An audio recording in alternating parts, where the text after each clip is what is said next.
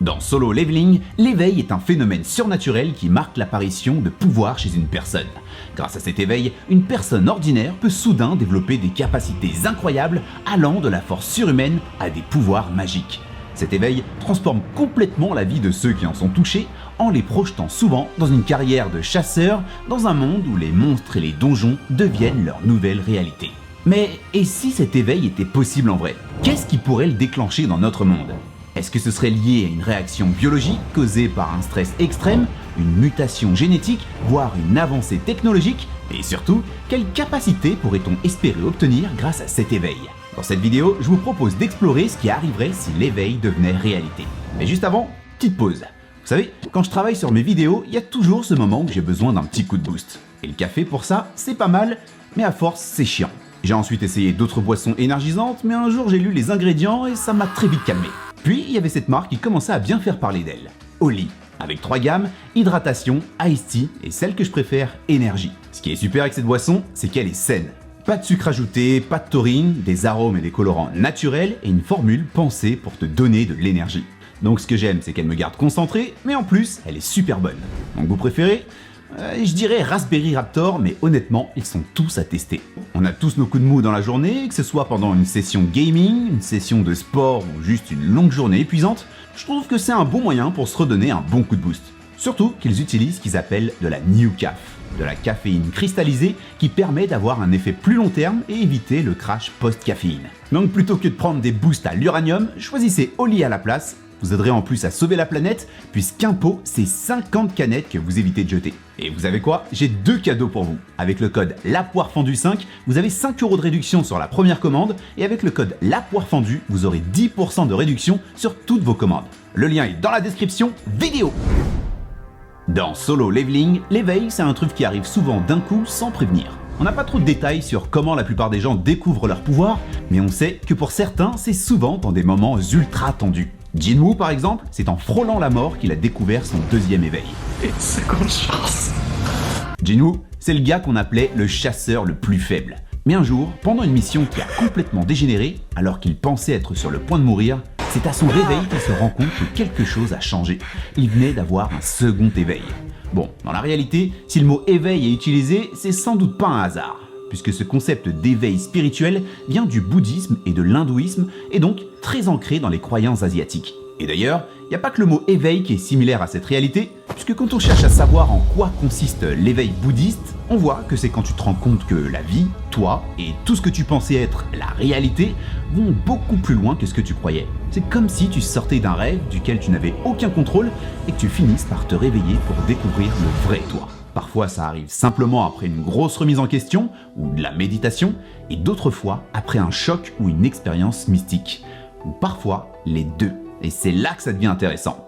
Parce que tout ça me fait penser à un phénomène bien réel qu'on appelle les expériences de mort imminente. Vous savez, ces moments où les gens frôlent la mort et en ressortent complètement transformés. C'est un peu comme si leur corps et leur esprit avaient vécu un truc tellement intense qu'ils en ressortent complètement différents. Comme l'histoire de George G. Ritchie. Ce gars raconte qu'il a voyagé à travers plusieurs dimensions pendant son expérience de mort imminente. Ou encore Howard Storm qui dit avoir vécu un truc assez flippant avec des créatures dangereuses et dit qu'il a été sauvé par des êtres de lumière qui lui ont montré des visions de l'enfer et du paradis. Suite à cette expérience, il est passé de prof d'art à pasteur. Des histoires comme ça, il y en a encore plein d'autres, ce qui forcément les a profondément transformés, faisant de cet événement une sorte d'éveil. Bon, par contre, scientifiquement, les expériences de mort imminente restent un mystère. Mais la vision d'un tunnel lumineux, qui est un point commun dans beaucoup de témoignages, pourrait être liée à des phénomènes neurologiques. Des études montrent que la privation d'oxygène dans le cerveau peut entraîner une activité cérébrale intense. C'est un peu comme un dernier feu d'artifice du cerveau. Quand il manque d'oxygène, il peut y avoir une sorte d'explosion d'activité cérébrale et ça pourrait expliquer pourquoi certaines personnes voient un tunnel lumineux. C'est comme si le cerveau nous offrait un dernier show avant de s'éteindre. Et sans aller aussi loin, j'ai entendu dire que si vous voulez déclencher votre éveil, la première étape, c'est de vous abonner à cette chaîne. Bon, je garantis pas des pouvoirs magiques, mais ça pourrait bien transformer votre façon de voir la fiction et la réalité. Alors abonnez-vous sans oublier d'activer la cloche. Dans Solo Leveling, une fois que les gens obtiennent leur éveil, ils se retrouvent assignés à un rang déterminé. Et ce rang, c'est indépendant de leur volonté. Imagine passer toute ta vie à attendre cet éveil en rêvant de devenir un des plus grands chasseurs pour au final te retrouver au rang le plus bas. Le pire, ce rang est dans la majorité des cas définitif. Pas de seconde chance, pas d'évolution possible, et si quelqu'un dans la réalité pouvait comprendre ce que ressent Jinwoo, ce sont sûrement les habitants en Inde, avec leur système de caste. Alors heureusement ça tend à changer aujourd'hui, mais ce système existe toujours. Là-bas, la société est divisée en groupes hiérarchiques dès la naissance, qu'on appelle des jatis. Chaque jati est associé à des professions spécifiques, les mariages entre jatis restent très rares, même l'accès aux ressources comme l'éducation ou les opportunités professionnelles sont restreints en fonction de ton jati. Forcément, les interactions sociales sont dictées par ton rang et les gens des castes inférieures doivent respecter ceux des castes supérieures. Juste parce que. Et le pire, c'est qu'il est presque impossible de changer de caste au cours de sa vie. En gros, peu importe les efforts que tu pourrais fournir, ta place dans la société est fixée dès ta naissance. Si tu nais dans une caste inférieure, t'es souvent bloqué à faire des boulots moins valorisés avec quasi aucune chance de monter dans les échelons. C'est un peu comme les chasseurs de Baran dans Solo Leveling qui sont coincés à gérer les portails les plus faibles. Franchement, ça doit être super frustrant de te sentir inférieur à d'autres juste à cause du hasard total. À part vous suivre, je suis censé faire quoi? Bah, t'auras qu'à porter nos sacs. Tout en étant pris de haut par les rangs supérieurs. D'ailleurs, en y réfléchissant bien, avoir son éveil c'est un petit peu un cadeau empoisonné. Parce que ok, tu gagnes des pouvoirs incroyables si t'es chanceux, mais d'un autre côté, t'es aussi destiné à affronter des monstres et risquer ta vie chaque jour. Sachant ça, si on vivait dans un monde où l'éveil existait en vrai, est-ce que vous accepteriez de devenir chasseur? Dites-le moi en commentaire.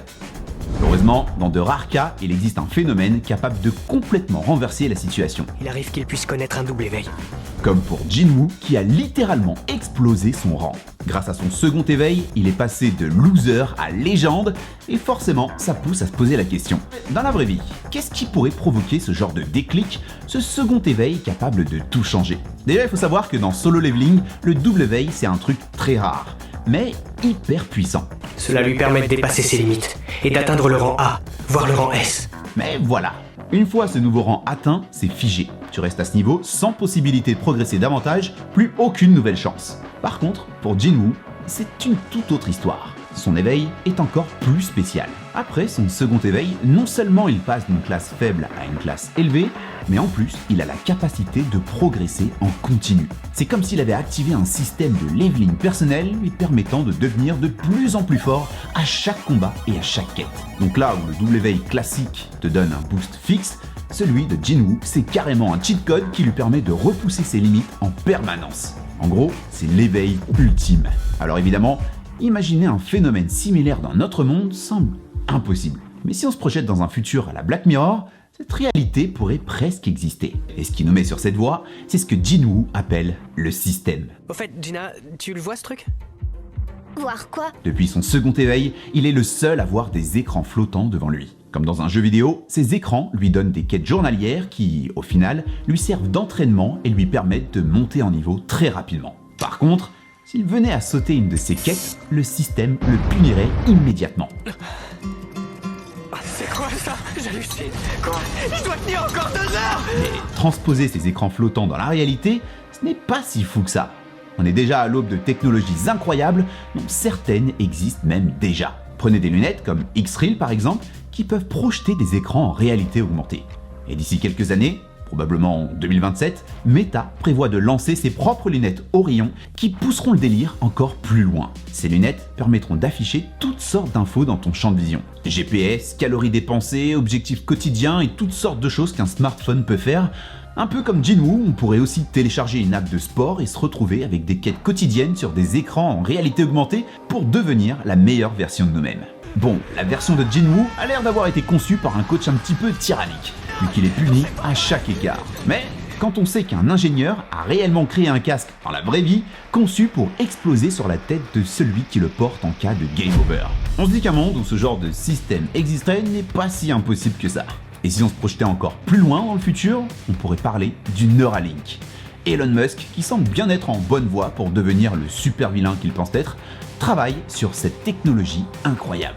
Et maintenant qu'il est en politique, mon petit doigt me dit que les tests de son Neuralink sur les humains vont aller beaucoup plus vite. Donc pour le meilleur ou pour le pire, ça pourrait bien être la technologie capable de transformer Solo Leveling en réalité. Cette puce aurait le potentiel de simuler tous nos sens, de plonger une personne dans une réalité virtuelle tellement immersive qu'elle serait impossible à différencier du monde réel. En théorie, c'est ça que pourrait faire Neuralink, même si dans un premier temps, le but de cette technologie est de rendre la vue aux malvoyants.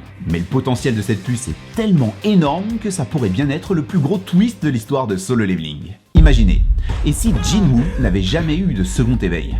Et s'il était en réalité dans le coma depuis ce fameux double donjon? Une puce comme celle de Neuralink pourrait simuler tous ses sens, lui donnant l'impression qu'il vit réellement cet éveil. Le pire, c'est que cette théorie pourrait même expliquer pourquoi il peut voir des écrans flottants façon jeu vidéo et comment il a miraculeusement récupéré ses membres à son réveil. Voilà à quel point Neuralink pourrait être puissant. Non seulement une révolution technologique, mais peut-être même la clé pour brouiller la frontière entre réalité et fiction.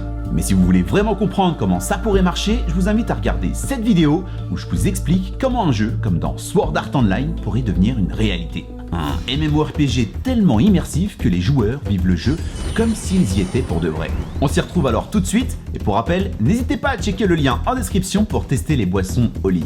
Et merci à eux de soutenir la chaîne. En attendant, c'est tout pour moi, je vous dis à très vite pour de nouvelles connaissances. Peace!